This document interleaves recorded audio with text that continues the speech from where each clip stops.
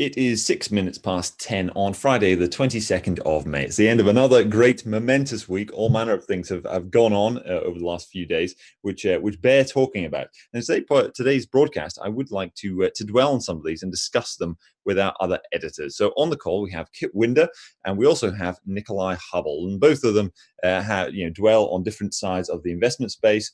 Myself and Nickolai are more on the macro side, while Kit is more on the energy side. But I thought we could use this opportunity to just discuss some of the week's events as sort of a roundup for what's gone on over the last week, and see if we can, come to an agreement or come to a disagreement over what we think those issues will be going forward. Now, Nickolai, I'd like to start with you. Actually, there was. Earlier this week, we saw this interesting event where Angela Merkel and Emmanuel Macron came to an agreement where they wanted the EU to borrow €500 billion worth of money on its own bat. So the EU to borrow money to issue vast amounts of EU bonds that would only be liable on the EU itself in order to finance a lot of Wu-flu assistance across the Eurozone as a whole. Now, I thought this was a really, really interesting story, as it looks to me like, if they manage to get this thing through, it's a big step forward for fiscal integration in the Eurozone and sort of the vision of a much more economically or fiscally centralized Eurozone as a whole. Now, you, as I understand it, take a slightly different view on this. Could you expand on that? Yeah, the challenge here is that the proposal is not finalized. It's still up for debate, and there's a few different sort of versions floating around where things have not quite been decided. For example, it's not clear whether this is going to be a loan to countries to deal with the problems that coronavirus has caused, or whether it's going to be a grant from the European Commission. However, that also means that it's very easy to talk about the particular version of this that you oppose or that you support. So each country's reacted to a slightly different version of the proposal. Each politician, each journalist, and the coverage has been extremely confusing because of that. But as I understand it, the idea is that this is all going to take place through fairly existing routes that the European Commission is going to monitor and give out the funds or lend out the funds based on how badly countries were hit by the pandemic. So the name of the new scheme is going to be something to do with pandemic only. And I see this as an attempt by the Germans to gain the upper hand in the real issue and the real negotiations to come, which is the fiscal position of countries after coronavirus. So the Germans are being generous in order to be able to be the opposite later on. What do you make of it? I won't lie to you, Boaz. I don't have a huge following. My only information comes from Nickolai, so I wouldn't be able to disagree. I'd only be able to repeat what he says, but I don't feel I need to read anything else other than what he writes every week. Well, it's a very valid source of information. Nickolai, I think the only, one of the spins I would put on what you've said there is if does it matter if it is a grant or if it is a loan, provided that the tap that is being sucked from is still the EU itself. So the EU has the autonomy to borrow vast amounts of money and distribute it however it sees fit. No doubt it will be given a AAA investment grade rating, and maybe even the European Central Bank will start printing money to lend it money in the first place. But in terms of, does it really matter so much if it is grants or loans, provided that it is still the EU body as a whole, and only the EU, and its own budget is what is funding it in the first place? Well, the idea is that if it's a loan to countries in order to deal with the temporary problem of the pandemic, the healthcare costs effectively, then those countries have to pay it back. So it adds to their debt load currently. Now, the European Commission is obviously going to be a very kind lender. That's the idea of the whole scheme. But it does still add to their debt to GDP in the end. And so what we're doing here really, or what we're talking about here really, is creating a new entity that sits above governments to take on more debt in the name of those governments. And it's like a new opportunity to load something else up with debt, and further another round of borrowing. All of this doesn't really matter too much while interest rates are zero or even negative in many places. You can just keep on creating new entities to borrow more money, as long as you can find someone to finance it, which is the European Central Bank in the worst case scenario. But at some point, if interest rates do move, then the more debt you've got, the more trouble you're in. That's that it does seem like a very we are repeating the European project there. We are repeating the European project experience so far and creating another entity by which we can introduce more leverage into the system and keep it going for a little while longer though, right? Yes, and that's all it's ever really been about, is finding someone else to borrow more money in order to keep the game going. It's an odd situation from the German perspective, because there's a reason these countries are in so much debt, and there's a reason that Germany's not. And it's precisely what the countries that are in too much debt, what they're demanding is the nature of the problem. If you can always find someone else to borrow more money, then you never solve what is causing the problem. You never sort out your own fiscal balances properly. So the Germans just are baffled by the idea that other countries are expecting them to ruin their own balance sheet in order to reward the fiscal imprudence of the countries that are in trouble. Now, Kit, you've spent quite a lot of time on the continent, including, I believe, in Austria. What do you think the Germans actually, they're the one, it was almost their idea in this case. They will be funding a lot of it, as they are the biggest contributor to the EU's budget. What do you think that's the Germans' attitude towards spending an awful lot of money has changed as a result of the Wu flu crisis? Do you think this is a tipping point where the typical fiscal prudence that's been with Germany due a lot, I suppose, to the Weimar hyperinflation? Do you think this is changing or over time? Yeah, I think it probably is. Before I say that, though, I found something that I think you're going to enjoy, Baz and Nick, which is that one of the fun things to look at the moment is the odds for the Nobel Peace Prize winners for next year. And if you have a look at some of our key figures here, Christine Lagarde is actually around 15th in the betting odds. Oh, wow. For this year's Nobel Peace Prize, which I think would be very appropriate. So a couple of points behind Julian Assange and Vladimir Putin, but she does beat Emmanuel Macron in the current standings. So that's pretty nice. That is interesting. So, they're rewarding her work, which I think we appreciate. But yeah, I think that the headline figure is that Germany's fiscal response to the coronavirus was 800 billion. And that was sort of more relative to GDP than any country in the world, perhaps other than America.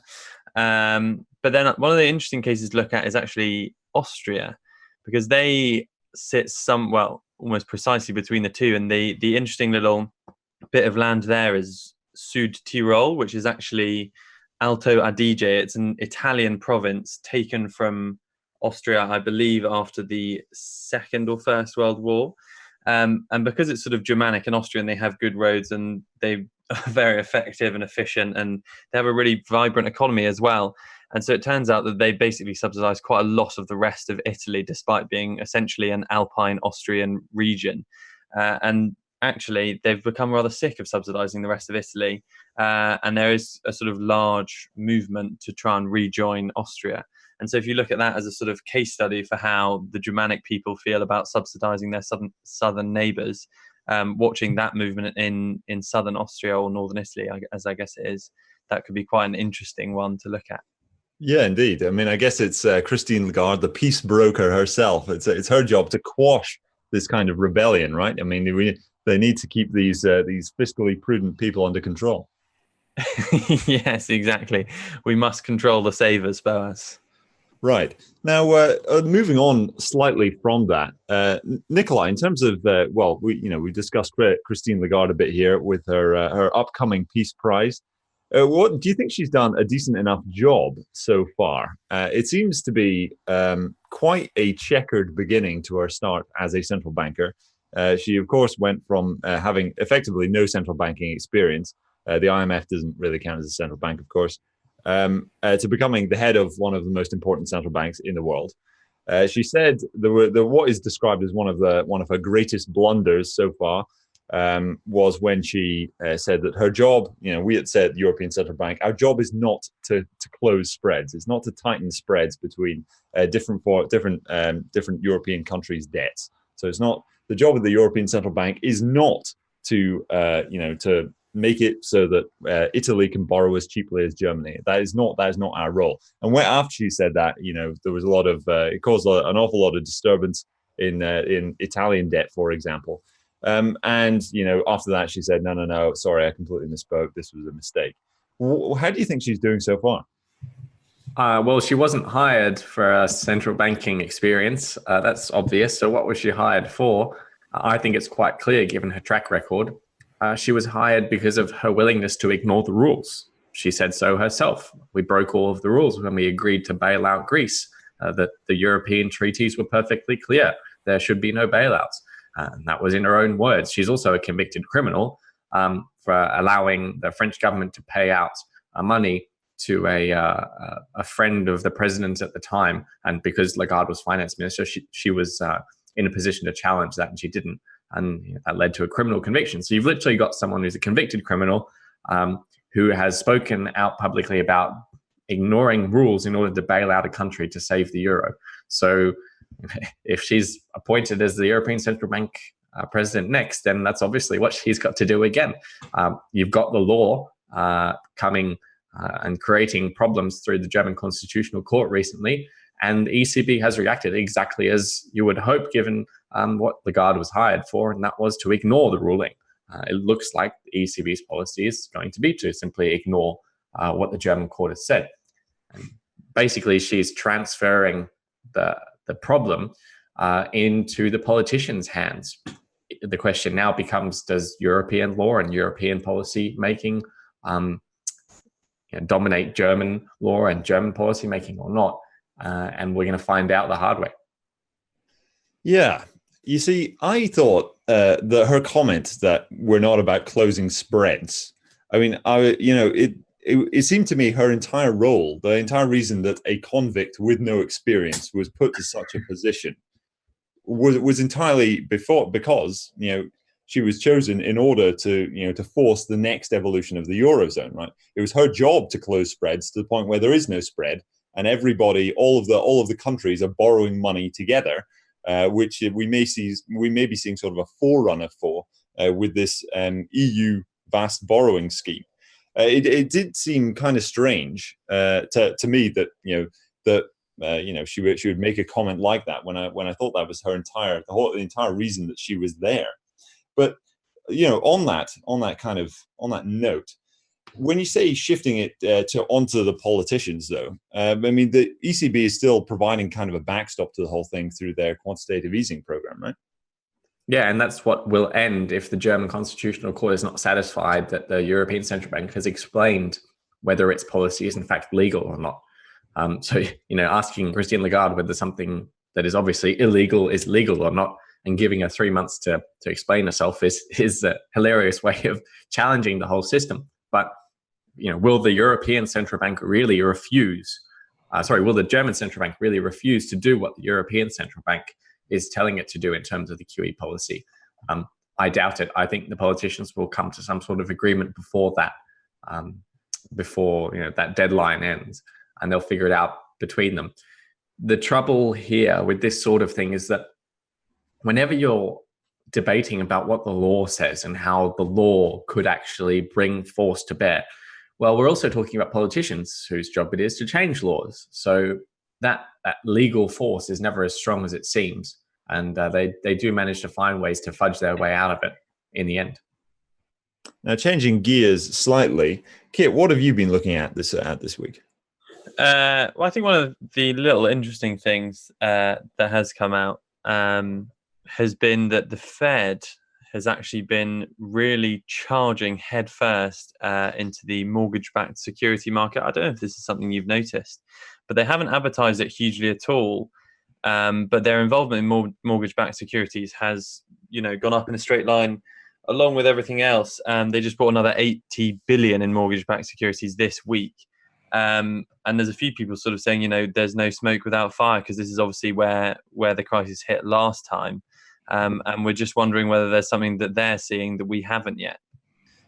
Yeah, I mean, the Fed's had a huge position in mortgage-backed securities ever since the financial crisis. I mean, they held on to their MBS for quite a long time. And then they tried, I think it was around the same kind of time, they tried to sort of taper their balance sheet. They did try to start selling quite a lot of these. But my impression at the time was it's going to be, they own so much. I forget the exact percentage, but they own such a vast amount of the entire mortgage-backed securities market in the US that it would be really, really hard for them to find a lot of buyers. So they did manage to sell a bit, but it wasn't anything like anything like a meaningful chunk of what they already own. It does seem like as you say, that they're buying a lot now. I mean, are you thinking that this is because there's going to be a lot of mortgage defaults going on and they're trying to front run that? Well, I'm not quite sure. I mean, if you can split the mortgage market up, the office space is going to be just quite an interesting one, I feel, because you might have a lot of companies thinking, tell you what, our profitability was pretty thin or negative over the last few years. And suddenly we're realizing that we're paying for an office that we don't actually need. So will there be a swathe of movement out of certain offices there? Or perhaps there will be a lot of people thinking, well, if I can work from home, I might as well work from home in the countryside rather than on the 15th floor of an apartment building. So there just might be a few sort of fairly fundamental changes in the way that individuals and companies think about property. And in such a fragile market as we know what it is, that could have pretty big ramifications. I mean, I rewatched The Big Short this week because it's such a good film. And there's that idea of the things going on with packaging of debt and securities into other securities being sold on. We know that's been happening again over the last couple of years as confidence has risen. And fundamental shifts of the nature that coronavirus could bring in. It would be amazing if they didn't spark some kind of trouble in that, most fragile of markets. Nickolai, what do you make of that? I think the Fed is buying mortgage-backed securities while it still can. What I mean by that is when the defaults start to hit and the value of those mortgage-backed securities and their ratings take a hit, then the Fed will be buying things that it shouldn't be, which will be things with ratings that are so low because of the chaos in the mortgage market that the legality of that program will look iffy. So they've got to make their move before the ratings and the defaults cause a problem. Yeah, it does seem interesting. I mean, ultimately, that would put a big dent in the Fed's capitalization itself. I mean, it does have the Fed does have effectively solvency level, just like all other banks. Though, of course, they can continue to operate even though they are insolvent. I guess if you're talking about a really big, broad default on a lot of those, that would put a lot of that would destroy an awful lot of the Fed's capital, I suppose, and reduce the amount of seigniorage revenue it rebates back to the government. Though, I mean, I guess the question is, does it really matter if it is the Fed that takes the hit? And I think from what you're saying is, if the Fed takes the hit, then none of the commercial banks, no one that really matters has to take the hit, right? Exactly. So the purpose of a central bank, going back to when they were first created, was to try and help the banking system in times of crisis. And that sounds pretty bad, considering that the central bank's purpose these days is inflation and economic policy. So they've still got that soul within the banking system, because that was their initial purpose. And so what they're doing is transferring risk from the banking system to their own balance sheet. A few months ago, the Fed was actually recapitalized by the Treasury, by the US Treasury. So it looks like politicians are concerned about whether the central bank is solvent and has a positive net value or not. But we don't know what it would mean if central banks effectively just turn into a bad bank. I would think that they would create a bad bank to transfer the problem onto, so that the central bank is not tainted by negative equity, but it might not matter. One last issue, I think, before we round up for today and for this week, for that matter. This is a story I've been looking at quite intently over the last few days. Was that this week is the first time that the UK Treasury began selling bonds at a negative rate. And after that, to begin with, it was only one tranche of the bond, so it was only, I think, the 3-year bond, I think, that was affected by a negative interest rate. However, as of today, it's between the 2-year and the 6-year. The rates are all negative. So, for those listening, in the bond market, the interest rate that is charged to the government is set by the market, and in this case, the market is paying more than the value of the debt to the government, just in order to hold on to that debt for whatever reason. So, the government can effectively borrow at a negative interest. They can be paid to borrow for loans of a duration of between 2 years and 6 years at the moment. And now the interest rate isn't deeply negative by any measure. It's nothing like what we're seeing yet there's nothing like what we've seen over the last few years in the Eurozone. However, it is, maybe an omen of things to come, that we have started to see these negative rates infecting the bond market. And if that becomes very common, and spreads even deeper throughout the UK yield curve, then we begin having to ask the question as to whether or not our commercial banks in this country are going to start charging and lending at negative rates, as we've seen they do in the Eurozone. Nickolai, I'll start with you. What do you make of that? Do you think negative rates are coming to the UK?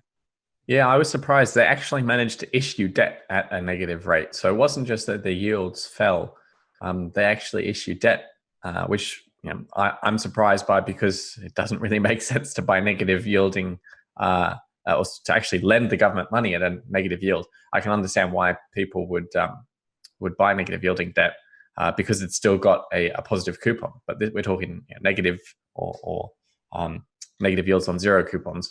So this is a whole new experience for the UK and the UK government. The odd thing about it is that it suggests that deficit spending now is almost beneficial to the government, because they're almost saving money. And my worry is that they try and take advantage of this, spend even more money than they otherwise would, and when the rates return, positive rates return, we get into big trouble. Yeah, what do you make of it? Yeah, it's a funny one. I've written about bonds a little bit in the last couple of weeks. I don't have a hugely immense understanding of these things, but one thing that does just strike me is, in order to buy these things now, you have to think that you won't get a better deal, in the next year or two, and depending on how immediate your funding requirements are. I don't know. It just seems, very short-sighted, it's either short-sighted, or you have to think that this is a trend that's just going to continue and they're going to go more negative for now to represent a good buying opportunity. So it's that sort of extremity that I find kind of fascinating. Another possibility is, of course, that people are worried about the banks themselves going under, and they prefer to be in government bonds rather than cash in the bank.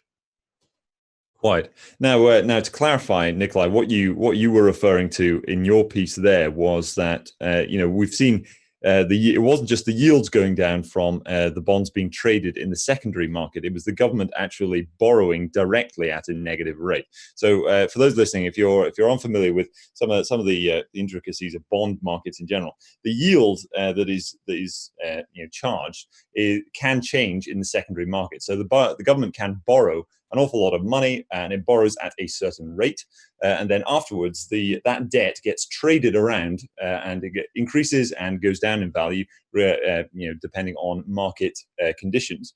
And during that process, that interest rate, that yield, fluctuates with it. So there was actually one time, I believe it was in 2016, where in the past a UK government bond had managed to attract a negative rate, but that was in the secondary market. That wasn't when the government was borrowing to begin with. It was after the government had borrowed at a positive interest rate, and it had then been traded around to the point where it had gone into a negative rate because people were paying so much money for it. So what is sort of very new this week, first time in British history, is the fact that the government has borrowed directly at a negative rate, and that is where effectively, to use a very simple example, the government is being paid £101 to pay someone back £100 in the future, and of course this is as Nickolai says, a very, very new experience for the government and for British investors in general. Gents, before we close up for today, is there any other topics you'd like to discuss before we close up? Well, just another point on these bonds is that if you are paying someone £101 to get 100 back in 10 years' time, what you're saying is that you don't think the purchasing power of that £100 is going to decline over the next 10 years, which essentially means you don't think you're going to get any inflation, or you're going to get negative inflation over the next 10 years. And I just think that is a very risky thing to believe, given that it's never happened before, and given the amount of money that is being put into a system that's producing less. Obviously, you have two options. We could just have bankruptcy, and that would be, in many ways deflationary. But if we don't have bankruptcies lasting for a decade, at some point, all this money that's flooding into the system will mean that the £100 you get back at the end of this bond will pay for less stuff. And I find it kind of amazing that everyone seems to agree that no inflation will happen over the next decade, and this is just another manifestation of that, really. Yeah, I mean, arguably, the you could say that somebody buying a negative yielding bond, it's a perfectly sensible thing to do if deflation arrives in the future. If the purchasing power of money is increasing at a greater rate than that negative interest rate, well, then you're actually making a real return in some respects. But it does seem, as you say, rather strange to anticipate that the cost of a Mars bar is going to be going down over the next few years when the financial system is being stuffed with so much money. Nickolai, do you have any closing comments? No, just to continue on from what both of you said. So the bond market is suggesting something that seems incredibly odd. And so it sort of falls on us to try and figure out, well, what is it actually thinking? Is it actually forecasting deflation, a Japanese-style future? That's one possibility that Boaz has just mentioned. I think there's a few other possibilities that would explain what's going on in the bond market. And one of them that I worry about is that most of those people who are holding these bonds don't expect to hold them for 10 years. They're going to sell out at some point. And so my concern there is that all of these people will at some point sell out. And when people sell bonds, that makes interest rates move. And that's when you get a real crisis, when interest rates spike because people are selling out of the bond market, and central banks lose control of that bond market. And perhaps that's the crisis that all of this is leading to. Yeah. Could you expand on that a little bit, but just before we go? Yeah. So if these people who are buying government bonds are doing it in a very short term, or with the intention of only holding them for a short time, that would move interest rates into negative territory, as we've seen. That would explain why the strange pricing is showing up in the bond market. But if those people then do eventually sell in whatever time period it is, in 1 year's time, as they sell out, the price of the bonds will fall, and falling bond prices also mean rising interest rates. Now, bond interest rates are reference rates for a lot of other interest rates, including mortgages. So if bond investors suddenly sell out and that spikes the interest rate, then people's mortgage costs will actually go up. And the question is whether central banks can control that interest rate spike or not. And if they can't, then all of this debt that we've gorged ourselves on government balance sheets, on corporate balance sheets and mortgages, suddenly that will cost more. And that's something we basically can't afford. And that leads to the crisis that is, so well hidden right now by the fact that there's a bunch of people willing to buy bonds for a short time. Yeah. It does seem like, we are definitely much in uncharted territory here. We've watched the negative yielding bond and the strange sort of monetary corruption spread in various other parts of the world, especially within the Eurozone. But to have it arrive on British shores does seem to be, sort of kind of a worrying sign in general. That is all that we have time for today, but we shall be back again next week. Now, we won't be here on Monday, as it is a bank holiday, but I shall be back again on Tuesday. If you were interested in what we discussed on today's market broadcast, do give us a follow on Twitter. I'm at FederalXS, and if you search for Kit Winder and for Nickolai Hubble, you'll also find them on Twitter. That's all we have time for today. It's been a very interesting week. It'll be interesting to see what happens next week as well. Perhaps we'll repeat this show format where we're effectively discussing the news. That's all we have time for today. Hope you have a very good weekend, and we shall be back with you next week.